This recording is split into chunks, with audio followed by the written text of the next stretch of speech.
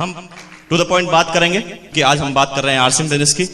इससे पहले मैं आपको थोड़ा सा इंट्रोडक्शन दे दूं। मेरा मसल मुकेश कोठारी मेरा नाम है। राजस्थान की सिटी है भीलवाड़ा, वहां का मैं रहने वाला हूं। जीवन की हकीकत से सामना हुआ, भीलवाड़ा के अंदर नौकरी की तलाश में दौड़ने लगा। उस समय हमारी फैमिली के पास न कोई जैक होता था और न ही कोई चेक होता था। उसी का नतीजा था कि 1 महीने तक लगातार दौड़ लगाई, पूरे भीलवाड़ा में सर्विस नहीं मिली। घर पर आकर थक कर बैठ गया। एक दिन दोस्त के फादर ने मुझे बुलाया, मुझे एक विजिटिंग कार्ड हाथ में थमाया और मुझे कहा गया कि इस कंपनी में जाइए, आपको सर्विस मिल जाएगी। मुझे विश्वास नहीं था, क्योंकि 1 महीने तक चक्कर लगाकर मैं समझ चुका था कि ये सब फालतू की बातें हैं, कोई किसी का साथ नहीं देता। इस दुनिया में सबका साम्राज्य अपने आप को खड़ा करना पड़ता है। लेकिन कहते हैं कि 1% आशा की वजह से मैं उस कंपनी में उस कार्ड को लेकर पहुंचा। मेरे से नाम पूछा गया और कहा गया कि आप कल से आ जाइए। मुझे आश्चर्य हुआ, मुझे शौक लगा कि क्या ये सच है। लेकिन वास्तव में वो मुझे यही कह रहे थे कि आप कल से आ जाइए। मैंने उस समय अपने मैनेजर से ये तक नहीं पूछा कि आप कितनी सैलरी दोगे, क्योंकि बात सैलरी का विषय नहीं थी, बात थी नौकरी मिलने का क्वेश्चन। और मैंने कहा सर्विस मिल गई, अब मुझे क्या चाहिए। और मैं घर पर आ गया। अगले ही दिन तैयार होकर ऑफिस पहुंच गया।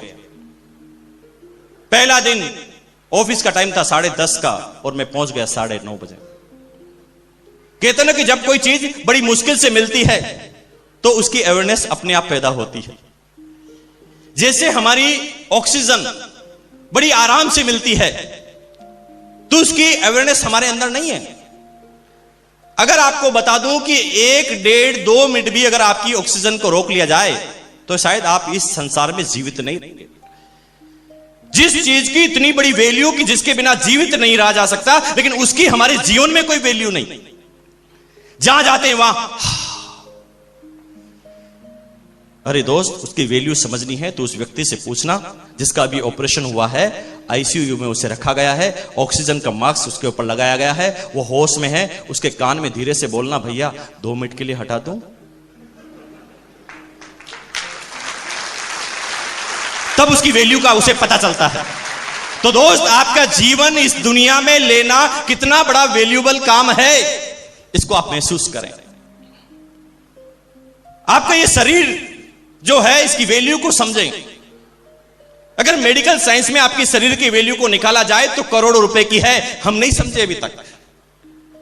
मेरे दोस्त का एक हाथ फ्रैक्चर हुआ, पूरा हाथ निकल गया बाहर। एक टेक्नोलॉजी के तहत उसे अमेरिका में वापस लगाया जा सकता था। मेरे दोस्त के फादर पैसे वाले थे, उन्होंने फटाफट वीजा हुए और इमरजेंसी वीजा के साथ उन्हें अमेरिका शिफ्ट किया गया और वो हाथ का ट्रीटमेंट हुआ। लगभग 20 से 25 लाख रुपए खर्च हुए, हाथ सही हो गया। उस दिन मुझे वास्तव में अपने हाथ की कीमत का वैल्यू पता चली। मैंने कहा, भैया मेरा हाथ 20 लाख का एक, मेरे माँ बाप इस हाथ में 20 लाख रुपए उनके पास अगर हो तो वो खर्च कर सकते हैं। तो एक हाथ 20 लाख का, तो दूसरा कितने का हुआ? तो 40 लाख के तो हाथ, तो 40 लाख की टांगे भी होगी। हाथ और पैरों को मिलाया जाए तो लगभग 1.5 करोड़ रुपए के तो हाथ पैर आपके, जो इंडियन साइंस में उसकी रेट है। फिर आपकी हड्डियां, आपकी खून, आपके गुर्दा, आपके दिल और आपकी सारी धमनियों का सारा रेट निकाला जाए मेडिकल साइंस के अनुसार, तो आपका आज न्यूनतम स्तर वाले व्यक्ति का भी पूरा शरीर 5 करोड़ में बिकने के लिए तैयार है। कोई भी बिकवा लीजिए, आज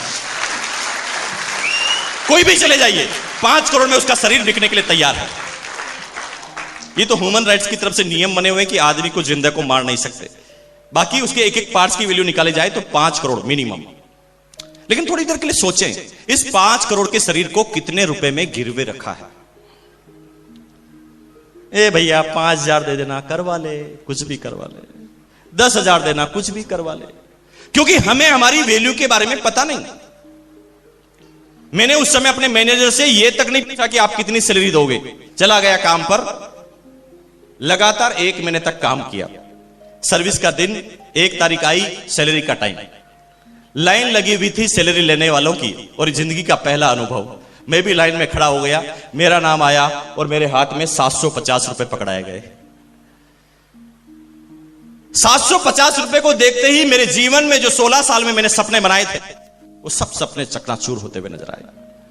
मुझे लग गया कि भैया ये तूने हेलीकॉप्टर का जो सपना बनाया है, तू तो तेरी एक्चुअल जिंदगी में तो साइकिल लेने के काबिल भी नहीं है। सपनों को छोटा करना चालू किया। मैं आगे बड़ा सोचते हुए पीछे ही मेरी कंपनी का चपरासी खड़ा था, वो अंगूठा छाप पानी पिलाने का काम। मेरे सामने उसे सैलरी दी गई 1500 रुपए, 1500। एक बीकॉम पास लड़का उसे 750 और एक अनपढ़ आदमी जो अंगूठा छाप लगाकर वहां पर सैलरी उठाता है उसे 1500 रुपए। ये बात मुझे हजम ही नहीं हुई, ये क्या हो रहा है इस दुनिया में। और आप में से कुछ लोगों को अभी ये बात समझ में नहीं आ रही होगी, लेकिन मुझे आज आई है, आपको भी आ जाए।